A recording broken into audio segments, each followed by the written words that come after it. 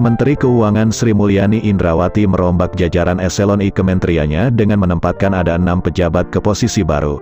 Dalam perombakan itu, dia memutuskan untuk mengganti Direktur Jenderal, Dirjen, Anggaran Askolani dan menunjuk Isa Rahmatarwata menjadi penggantinya.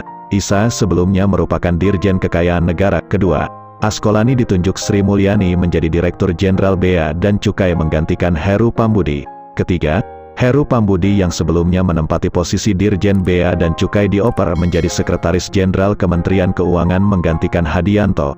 Hadianto sendiri dipindahkan ke jabatan Dirjen Perbendaharaan yang sebelumnya dijabat Andin Hadianto.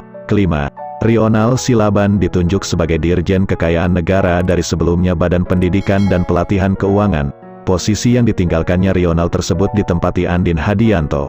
Alasan perombakan pejabat di kementeriannya itu, kata Sri Mulyani, agar ada perspektif dan semangat baru bagi Kementerian Keuangan, Kemenkeu, dalam menghadapi berbagai tantangan ke depan. 1. Suryo Utomo sebagai Direktur Jenderal Pajak. 2. Astera Primanto Bakti sebagai Direktur Jenderal Perimbangan Keuangan. 3. Luki Afirman sebagai Direktur Jenderal Pembiayaan Keuangan dan Risiko. 4. Sumiyati sebagai Inspektur Jenderal Kemenkeu. 5. Febrio Nathan Kacaribu sebagai Kepala Badan Kebijakan Fiskal. 6. Awan Nurmawan Nuh sebagai Staf Ahli Bidang Peraturan dan Penegakan Hukum Pajak. 7. Yon Arsal sebagai Staf Ahli Bidang Kepatuhan Pajak. 8. Nurfransa Wirasakti sebagai Staf Ahli Bidang Pengawasan Pajak. 9. Kunta Wibawa sebagai Staf Ahli Pengeluaran Negara. 10. Suminto sebagai Staf Ahli Bidang Ekonomi Makro dan Keuangan Internasional. 11. Arif Baharudin sebagai Staf Ahli Bidang Keuangan dan Jasa Modal. 12. Sudarto sebagai Staf Ahli Bidang Organisasi,